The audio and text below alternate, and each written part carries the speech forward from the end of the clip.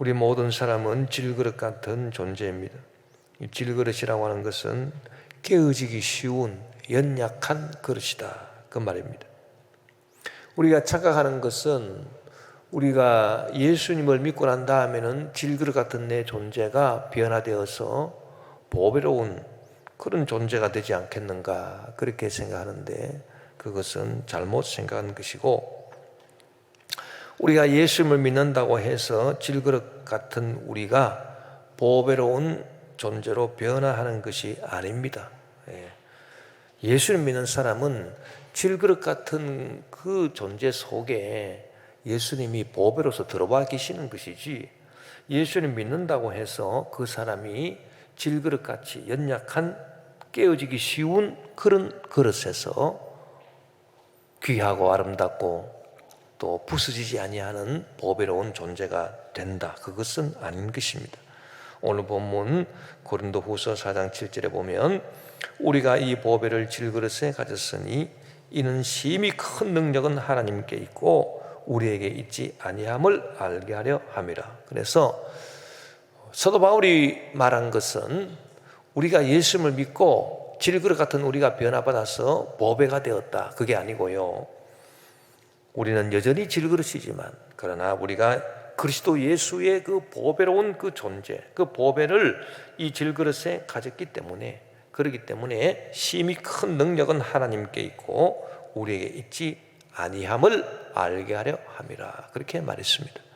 만약에 우리가 예수님을 믿어서 질그릇 같은 우리 존재가 보배로운 존재가 된다면, 그렇다면은 심히 큰 능력이 이제 우리한테 있겠죠. 그러나 바울은 그렇게 말하지 않았습니다. 심히 큰 능력은 하나님께 있고 우리에게 있지 아니함을 알게 하려 함이라. 우리한테는 없다, 심히 큰 능력이. 즉 우리 질그릇 같은 우리 존재는 변화받을 수가 없다, 변화받아서 보배가 되지 못한다. 예수님을 믿어도 여전히 우리는 질그릇이다. 자, 그렇기 때문에 우리는 질그릇이지만은 그러나 이 질그릇 속에 보배 같은 예수님이 들어와 계신 그 말씀입니다. 자, 그렇기 때문에 중요한 것이 뭐냐 하면은, 나는 여전히 질그릇인데 내 속에 들어와 계시는 이 보배로우신 주님과 예수 그리스도와 연결되는 고리가 필요하겠죠. 그래야 예수님의 능력이 우리에게 전달되지 않겠습니까? 그것이 바로 기도의 고리인 것입니다. 그래서 기도가 중요하다. 기도라고 하는 것은 하나님과 나와의 연결고리입니다. 질그릇 같은 나와 질그릇 같은 내 속에 들어와 계시는, 성령으로 들어와 계시는 예수님과의 연결고리가 바로 기도예요. 그래서 우리는 늘 기도를 해야 됩니다. 어떤 기도 해야 되느냐? 하나님, 내가 아무리 예수님을 믿어도 나는 질그릇같이 깨어지기 쉬운 존재, 죄를 범하기 쉬운 존재, 죄의 유혹에 넘어가기 쉽기 때문에 저를 주님께서 강제적으로 성령으로 인도해 주셔서 죄 짓는 자리에 들어가지 않게 도와주시고 악인들과 함께 어울리지 않게 도와주시고 늘 저를 성령으로 강권적으로 주장해 주시옵소서. 사람이 예수님을 믿어서 변화될 것 같으면, 예수님 믿어서 변화되어서 그 사람이 보배로운 사람이 될 것 같으면 그런 기도 왜 하겠습니까? 나는 이제 예수 믿고 보배가 되었으니 어떤 유혹도 물리칠 수 있다, 나는 의롭게 살 수 있다, 그렇게 선포하지 않겠습니까? 그러나 그것이 아니라는 겁니다. 제가 목회하면서 깨닫는 것이 그거예요. 저나 여러분이나 우리는 변화받지 못해요. 아무리 예수를 믿어도 변화 안 됩니다. 사람들은, 성도들이 여전히 이기적이에요. 그래서 자기한테 좋으면 교회가 좋은 거고, 자기한테 조금이라도 싫으면 교회가 싫은 겁니다. 예외가 없어요. 변화받은 분이 없어요. 다 이기적이고 자기 생각만 하고, 그렇습니다. 변화받은 사람 없어요. 옛날 모습 그대로입니다. 아무리 저분 변화받게 해달라고 기도해도 변화가 안 되더라고요. 예. 그렇기 때문에 어떻게 우리가 기도해야 되느냐? 주님, 저는 변화받지 못합니다. 저는 변화될 수 없습니다. 그러니 주님이 성령으로 강권적으로 강제적으로 저를 주장하여 주셔서 제가 죄의 유혹에 빠지지 않도록, 아예 죄의 유혹에 제가 건져하지 않도록 저를 이끌어 주시옵소서. 제 마음을 강제적으로 주장하여 주시옵소서.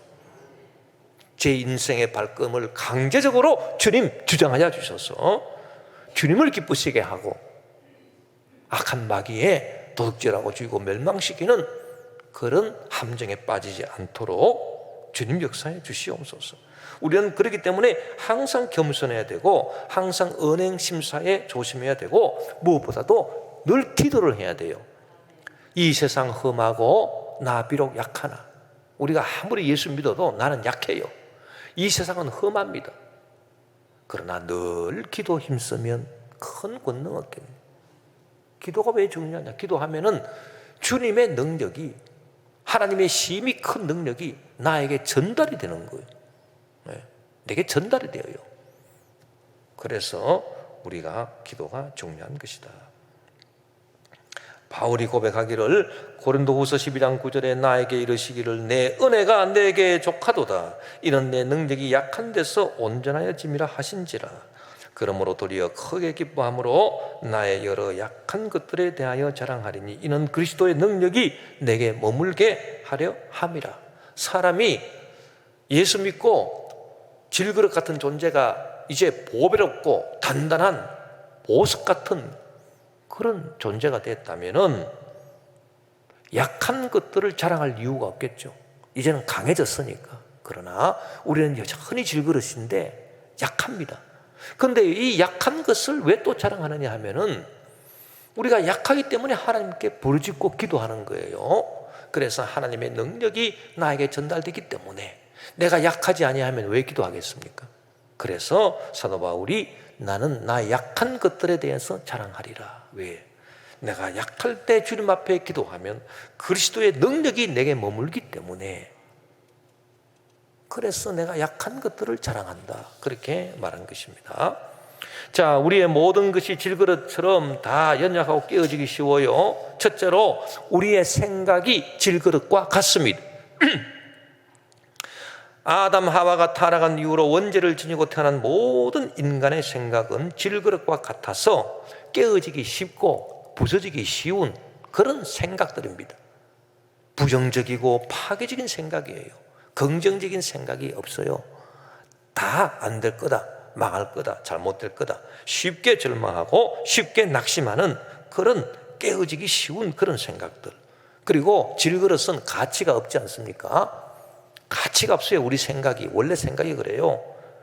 비전이 없습니다. 꿈이 없습니다. 하나님이 성리해 주시는 찬란한 꿈이 없고 이상이 없어요. 비전이 없어요. 소년들이여 비전을 가져라, 꿈을 가져라, 그렇게 말을 했는데 사람들이 꿈이 없습니다. 참 제가 걱정스러운 게 하나 있어요. 그건 뭐냐 하면은 지금 세상이 점점 이렇게 마지막을 향해서 지금 질주하고 있기 때문에 참 옛날하고 비교해서 사람들의 생각이 많이 허망해졌습니다. 예전에 우리가 1960년대, 1970년대 그때는 참 우리가 잘 살지를 못했습니다. 정말 고생 많이 했어요. 그러나 그때는 20대, 30대, 40대, 50대 사람들이 다 그래도 생각이 건전했어요. 할 수 있다, 하면 된다, 해보자. 우리도 잘 살아보세요. 그래서 열심히 노력하고 힘쓰고 애써서 그래서 돈을 벌어서 한 푼, 두 푼 저축을 해가지고 그래서 나중에 집도 사고 아파트도 사고 그런 꿈을 갖고 살았다고요. 그런데 요새 어떻습니까? 요새 20대, 30대, 40대, 50대 생각이 어때요? 요새 뉴스를 도배하는 거 있죠? 화천대유, 천화동인, 이 뭡니까 도대체? 다 일확천금의 꿈을 갖고 허망한 생각을 갖고 있는 겁니다. 열심히 노력해가지고 그 노력의 대가로 성실하게 살려고 하는 사람들이 없어요. 다 어디 투자를 해가지고 일확천금 해가지고 돈을 벌어서 한번 멋들어지게 잘 살아봐야 되겠다, 이런 생각만 하기 때문에 이것이 얼마나 우리 대한민국을 병들게 하고 우리 대한민국을 망하게 하는 생각들인가. 이 생각을 고쳐야 됩니다. 이 정치하는 분들도요, 공짜로 자꾸 선심 정책을 써가지고 뭐를 지원해 준다, 뭐를 갖다가 뭐 팍팍 그냥 돈을 준다, 그렇게 하면 안 됩니다. 포퓰리즘입니다. 그 사람 생각 망치는 거예요. 베네수엘라로 직행하는 길이에요. 정말 돈을 쓸 때는 써야 되지만은, 그러나 건전한 생각을 하는 분들이 열심히 노력해서 성실하게 노력할 때 그 노력의 대가가 공정하게 돌아갈 수 있는 그런 사회를 만들도록 그렇게 정치하는 분들이 힘을 써야지, 무조건 돈을 준다는 거예요. 무조건 선심정책, 뭐 다 나누어 준다. 지금은 그렇지만 나중에 후세대에서 다 그게 갚을 돈인데 공짜가 어디 있습니까? 예? 그리고 사람들의 생각이 다 허망해져서 부동산이 제일 안전하다더라, 빨리 투자를 해서 부동산을 구입을 해야 되겠다. 도대체 우리 대한민국이 어디로 가는지 알 수가 없어요. 이것은 근본이 잘못돼서, 왜? 생각이 허망해요.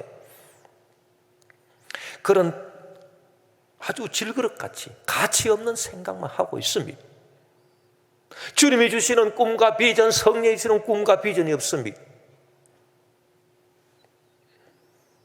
자, 우리 예수 믿는 사람들, 예수 믿는다 하는 사람들도 똑같습니다. 생각이 허망하고 세상을 따라서 생각하고 우리의 의지도 연약하기 그지없어요. 우리 질그릇 같아요. 새 찬송가 214장에 보니 나 주의 도움 받고자 주 예수님께 빕니다. 그 구원 허락하시사 날 받아주소서.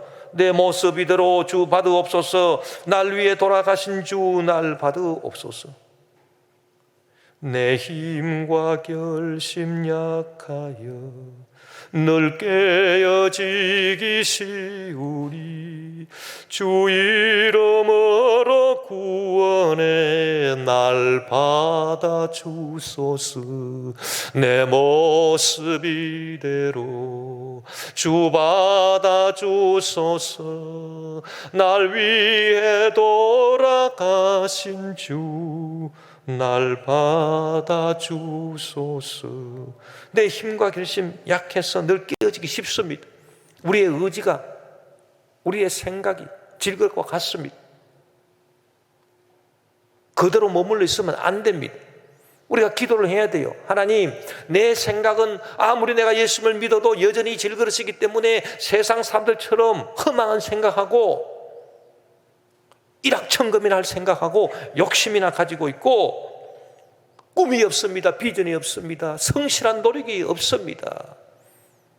헛된 생각만 하고 있고 의지가 약해서 늘 죄를 짓고 불의하고 추악한 삶에 빠져듭니다.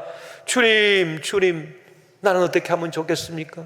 그러나 주여, 내 생각을 내가 계속 가지고 나를 주장하지 않게 하시고 주님의 보배로운 생각이, 내 속에 들어와 계시는 보배로운 주님의 생각이 내 영혼을 주장하게 도와주시옵소서. 우리가 이렇게 기도를 해야 되는 거죠. 나는 낙심하고 절망하기 쉬운 부정적인 생각 갖고 있습니다. 항상 생각이 부정적이고 파괴적입니다. 비생산적입니다. 그러나 주님, 내가 주님께 간구하니 주님께서 나에게 주시는 주님의 보배로운 생각, 다윗이 고백했습니다. 시편 139편 17절 18절에 하나님이여, 주의 생각이 내게 어찌 그리 보배로우신지요. 주님의 생각이 나에게 보배롭다. 그 수가 어찌 그리 많은지요.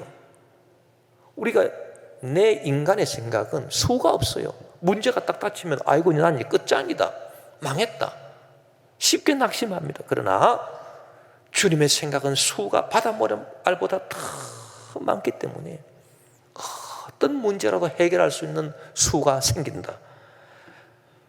내가 세려고 할지라도 그 수가 모래보다 많도소이다. 내가 깰 때도 여전히 주와 함께 있나이다. 그래서 주님의 긍정적이고 주님의 창조적이고 주님의 적극적인 주님의 귀한 생각, 주님 주시는 꿈과 비전이 내 생각을 규정하게 도와주십시오. 내 영혼을 규정하게 도와주십시오. 그렇게 우리가 기도를 해야 되는 것입니다. 오늘 본문의 고린도후서 4장 8절에 우리가 사방으로 우겨쌈을 당하여도 쌓이지 아니하며 답답한 일을 당하여도 낙심하지 아니하며, 이것은 생각에 대한 문제란 말이에요. 사람이 생각이 없다면 그 위인이 그러한데, 우리가 질그릇 같은 우리 존재 원래 가지고 있는 내 생각을 계속 갖고 있으면 우리는 옛 모습 그대로입니다. 우겨쌈을 당하면 그대로 쌓여버려요. 답답한 일을 당하면 그대로 낙심해버려요. 그러나 내 속에 들어와 계신 보배로우신 주님, 주님의 생각이 나를 주장하게 도와주십시오. 내 생각과 뜻을 버리고 주님의 생각이 나를 주장하게 도와주시옵소서. 기도하면 우리가 사방으로 문제로 어려움으로 우겨쌈을 당한다 하더라도 쌓이지 아니하며 답답한 일을 당해도 낙심하지 않게 되는 것입니다. 그런 승리의 삶을 살아갈 수 있어요. 여러분, 그런 축복받은 주님의 생각이 저와 여러분을 늘 주장하게 되시기를 주의 이름으로 축원합니다. 또 우리의 존재가 질그릇처럼 연약하고 깨어지기 쉽다라고 하는 것은, 두 번째로 우리의 몸이, 이 육체가 질그릇같이 연약하고 깨어지기 쉽다, 병들기 쉽다, 약해지고 연약해지기 쉽다, 그 말입니다.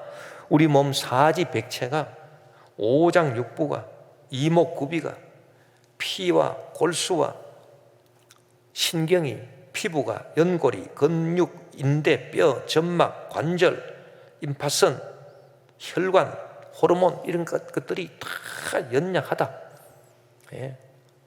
쉽게 병든다, 쉽게 고통을 당하게 된다, 그 말입니다. 우리가 질그릇 같다라고 하는 것은 우리 몸이 질그릇 같다는 얘기예요.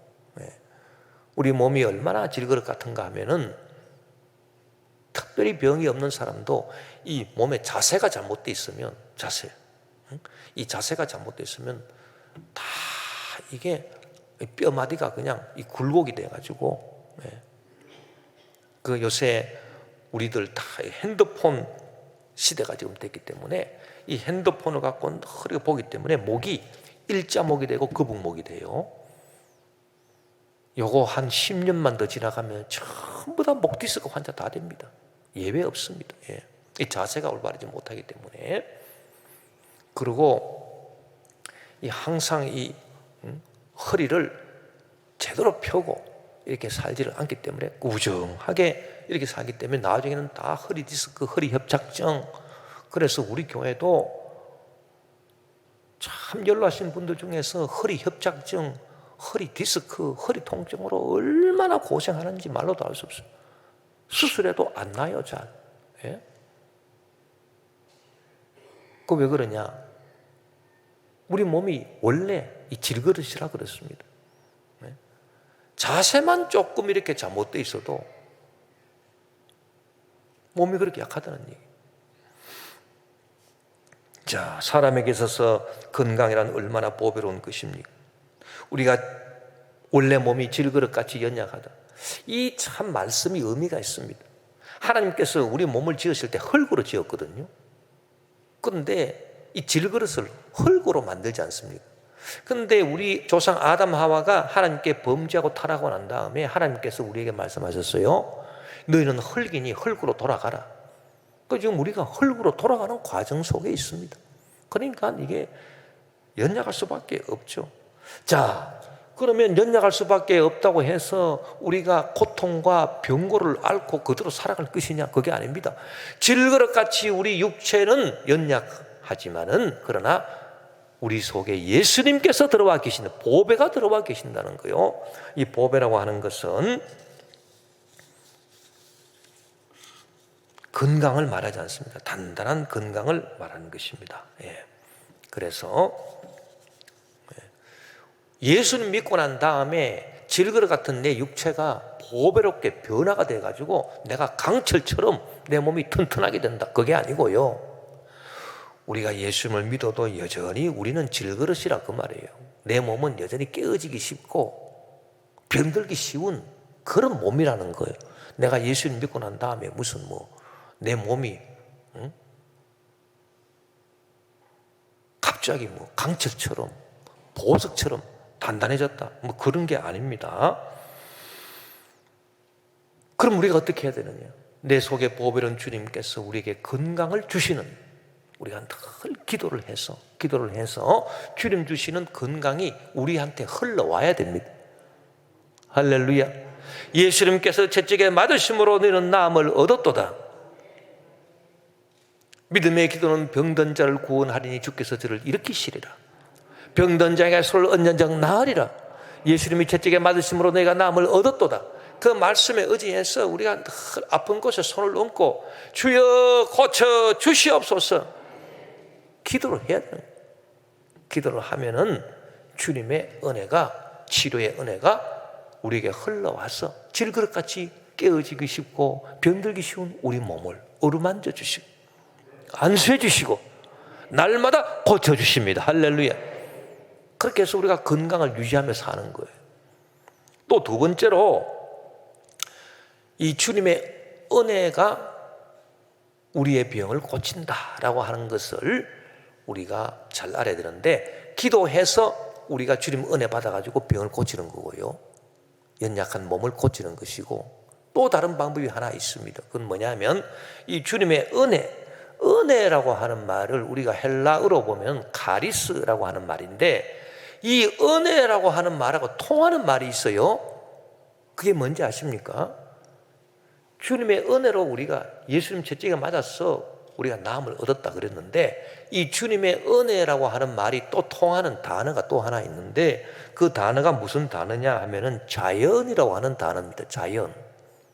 이 자연이라고 하는 말이 이 은혜라고 하는 말하고 통해요. 그러니까 우리가 결론을 내릴 수 있습니다. 무슨 결론? 내 병든 몸 고침받기 위해서는 주님 은혜로 우리한테 주시는 치료, 예수님 채찍에 맞아서 우리에게 주신 그 치료, 그거를 내가 받아들인, 그건 기도로 받아들이는 거예요. 그런데 주님의 은혜가 자연과 연결돼요. 그러면 자연에 주신 주님의 은혜라? 이거는 뭐냐? 음식입니다. 이 자연에 주신 먹을거리예요. 바다와 산과 들에 이 자연에 주신, 우리에게 주신 먹거리, 이것이 다 치료제다, 보약이다, 그 말입니다. 여러분, 놀라운 그 참 은혜예요. 여러분, 항암제가 두 종류가 있습니다.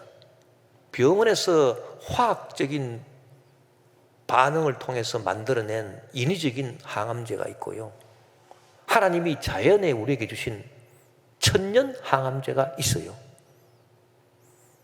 병원에서 만들어내는 항암제는 암세포를 죽이지만은 멀쩡한 세포도 죽여버립니다. 그 세포 다 죽입니다, 그냥. 이 말에 누가 반박을 하겠습니까? 그러나 하나님이 이 자연을 통해서 산과 들판에서, 바다 속에서 나는 우리의 먹을거리를 통해서 주신 항암제는 암세포만 죽이지, 표적 치료제예요. 이거는 암세포만 죽이지 멀쩡한 세포는 절대 죽이지 않아요. 더 건강하게 만들죠. 확실하지요. 그렇기 때문에 의학의 아버지 히포크라테스가 말했습니다. 음식으로 고칠 수 없는 병은 고칠 수 없다. 자, 이 음식 속에 치료제가 다 들어가 있어요. 네. 병원에 가서 급하면은 병원에서 항암제도 맞아야 되겠지만은 그것만 여러분 생각하면 절대 나올 수 없습니다. 제가 목회하면서 병원에 가가지고 병원에서 그냥 항암제만 쓰고 이래가지고 암 낫고 고침받은 사람 한 사람도 못 봤습니다. 한 사람도 못 봤어요. 뭐 시간만 좀 끌었지 나중에는 다 돌아가셨어요. 그런데 이 천년 항암제를 쓰신 분들은 낫더라고. 제가 이제 이 자연인 프로를 이제 보면서 자꾸 얘기하는데 중요하기 때문에 얘기 안 할 수가 없어요. 예를 들어서 뭐 폐암이 걸린 분, 뭐 직장암이 걸린 분, 이런 분들이 이제 산에 들어가는 겁니다. 산에 들어가서 온갖 좋은 약초를 캐가지고 거기서 섭취를 하시는 거예요. 제가 생각할 때는 이 한약방에서 약재로 만든 게 아니고 그건 약으로 만든 거고요. 아예 그냥 이 먹을거리로 이 항암제가 들어있는 이 풀을, 나물 이런 거를 먹을거리로 채취를 해서 그 자리에서 먹어야 되는 겁니다. 이 음식입니다. 음식. 약을 먹는 게 아니라 음식을 먹는 거예요. 그러니까 한약방 의미하고도 조금 달라요. 예, 음식으로 먹는 거기 때문에. 그래서 자연인 프로를 보면은 산에 들어가서 그분들이 그렇게 했는데, 폐암도 낫고 직장암도 낫고 다. 어떻게 해서 그런 일이 생겼느냐? 그러니까 이게 항암제란 말이에요. 다 항암제인데 병원에서 쓰는 항암제는 부작용이 있지만 하나님이 주신 이 천년 항암제는 부작용이 없어. 이게 얼마나 놀라운 축복입니까? 그래서 내가 이 항암제가 어떤 기 항암제인가 한번 알아봐야 되겠다. 검색을 해보니까 60가지가 나오는데 풀 종류. 그 인터넷 찾아보세요, 여러분. 60가지가 나와요. 그 몇 가지를 이제 제가 말씀드리겠습니다. 겨우살이, 백운풀, 좁은 잎 골묵꽃, 반지련, 배풍등, 까마중, 뱀딸기, 개똥쑥, 주목나무. 우리 교회 울타리로 심어놓은 주목나무, 저것도 항암제래. 지치, 집신나물, 석창포, 민들레, 화살나무, 매일초, 부처손, 삼백초, 곰피, 뭐 산삼, 인삼 말도 할 거 없고요. 홍삼 말할 것도 없고, 예? 칡, 무슨 좋은 뿌리들 전부 다 항암의 약효가 증명된 탁월한 항암제. 왜 그런 거를 우리가 안 먹습니까? 그런 걸 먹어야 되는 거예요. 병원에 가가지고 무슨 뭐 항암제 치료만 받으면 되겠지? 아닙니다. 절대 아니에요. 응? 물론 급하면은 병원에 가서 항암제 받지만 그보다 훨씬 더 좋은 게 이 천년 항암제를 먹어요. 응? 소화제, 여러분 소화제 드시지 말아요. 소화제 드시지 말아요. 천년 소화제를 드세요. 천년 소화제를 제가 소개해 드리겠습니다. 그게 뭐냐? 마트에 가면은 파는 무, 생무, 천년 소화제입니다, 여러분. 꼭 기억하세요.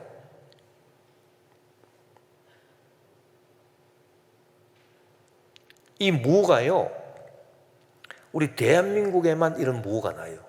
중국에도 무가 있고, 뭐 일본에도 무 비슷한 게 있는데, 참 하나님이 우리 대한민국 땅을 축복해 주셔가지고, 우리 대한민국에 나는 무 있잖아요, 무. 우리가 썰어가지고 총각김치로 해먹는 무. 그것이 천년 소화제다, 그 말입니다, 여러분. 여러분 속에 혹시 속이 더부룩하시거나 식사하면 속이 더부룩하고 소화가 안 되고 그냥 가스가 자꾸 차고 그냥 속이 미식미식하고 꿀꿀하고 이렇다. 그러면 여러분 실험을 해봐야 돼요. 이게 내 위장 속에 뭐 암덩어리 같은 게 있어서 그런가? 만약에 암덩어리 같이 심각한 병이 있으면 무 먹어도 낫지가 않죠. 소화제 먹어도 낫지 않습니다. 그건 심각한 병이 있는 거고요. 그냥 소화불량은 어떻게 알 수 있느냐? 식사하고 난 다음에 바로 드셔야 됩니다. 이 소화제이기 때문에 무를 잘라가지고요. 그냥 드시면 돼요. 간단해요. 이번에 그 뉴스에도 나왔더라고요. 추석 때 음식을 많이 드시고 속이 더부룩하신 분은 꼭 무를 먹어라. 근데 무가 이 단무도 있지만은 또 어떤 무는 이렇게 먹다 보면 아리지 않습니까? 맵고. 그렇기 때문에 꿀을 발라서. 이 꿀이 천년 소화제거든. 설탕은 소화제가 아니에요. 인간이 가공해서 만들었기 때문에. 그러나 꿀은 천년 소화제. 이 천년 소화제 꿀을 조금 발라가지고 무를 드시면 속이 그냥 그대로 평안해집니다. 맞는가 안 맞는가 한번 실험해 보세요. 여러분 위장 속에 큰 문제가 없는 한 다 소화가 돼요. 네.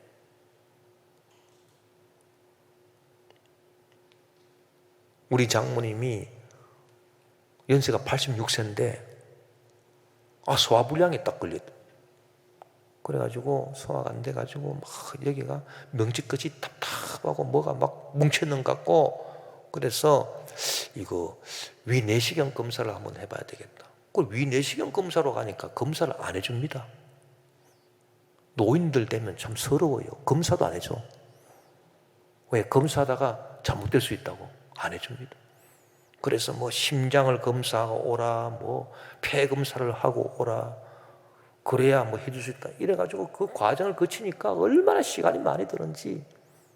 근데 계속 소화가 안 되니까 고생하고. 그래서 병원에 주는 소화제 있잖아요. 소화제 아무리 먹어도 안 나아요. 안 나아요. 그래서 내가 그랬어요. 이거 실험을 해봐야 되겠습니다. 만약에 어머님 뱃속에, 위장 속에 무슨 뭐 암덩이 같은 게 들어가 있으면은 그건 뭐 아무리 소화제 먹어도 안 날 것이고, 그러나 이것이 단순한 소화불량 같으면은 무를 한번 먹어보십시오. 나으면은 이거는 그냥 단순한 소화불량이에요. 그럼 실험이 되잖아요. 천년 이거 소화제이기 때문에. 그래서 내가 직접 무를 샀습니다. 마트에 가가지고. 마트에 갔더니 마침 그날따라 무가 그냥 이만한 게 나와요. 제가 본 무 중에서 제일 큰 무더라고. 하여튼 그거 하나 사니까 막 묵직한 게요. 진짜 거짓말 안 해서 한 5kg 정도 나겠더라고요. 무가. 그렇게 좋은 무가 있어요.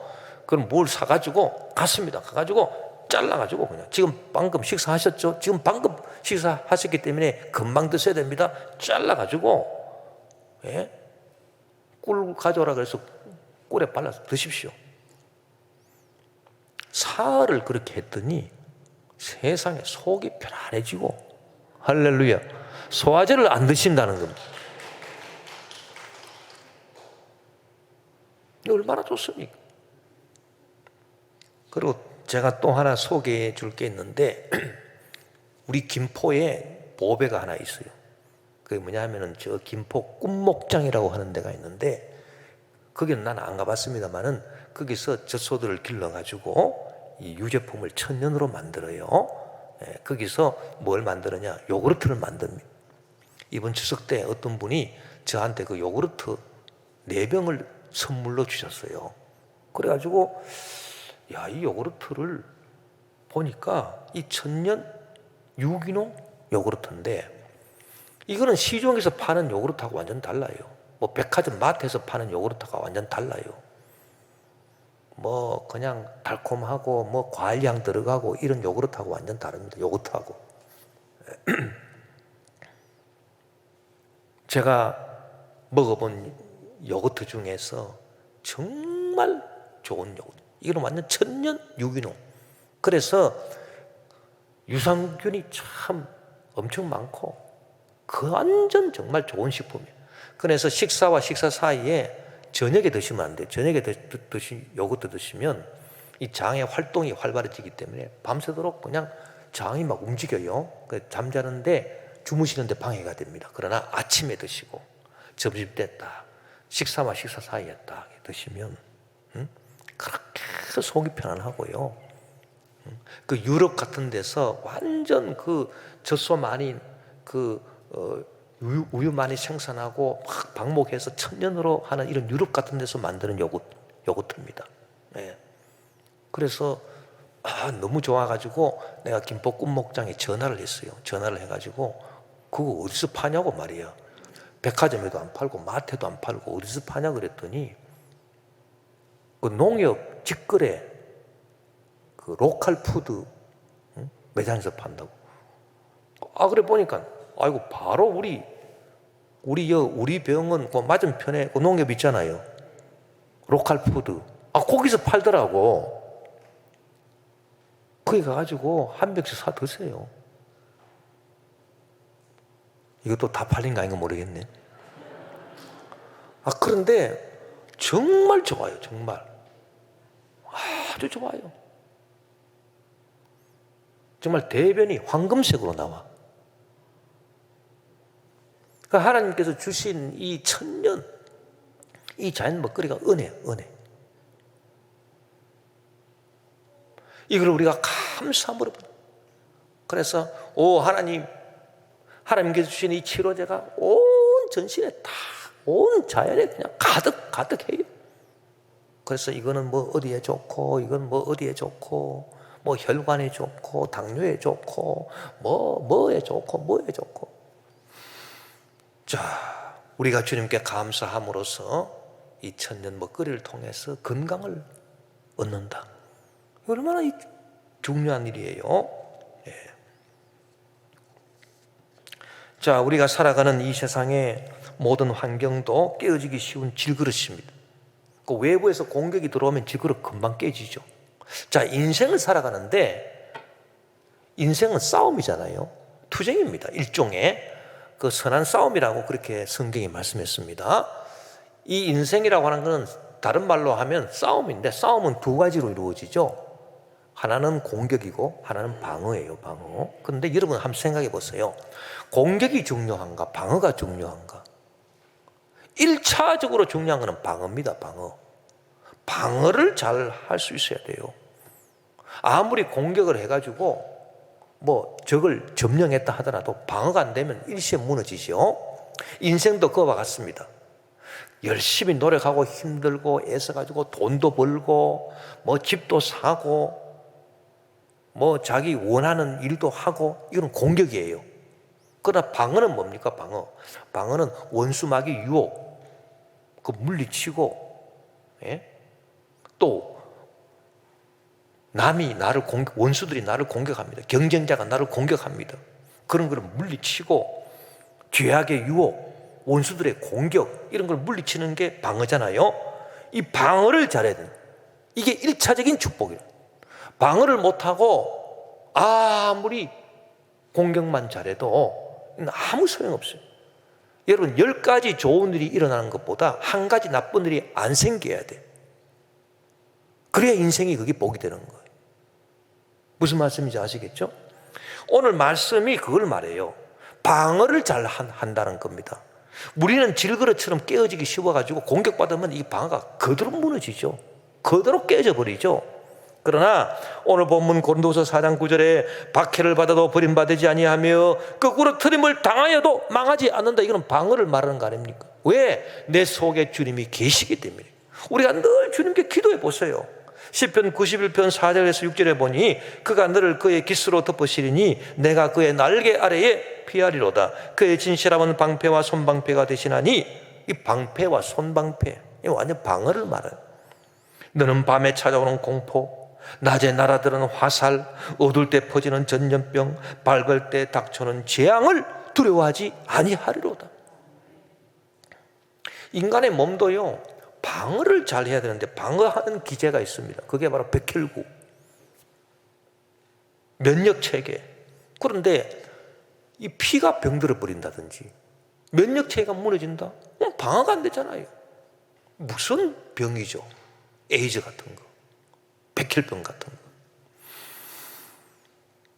자, 우리는 주님의 돌보심과 보호하심을 받아서 그냥 우리가 질그릇으로 있으면요, 금방 우리는 깨집니다.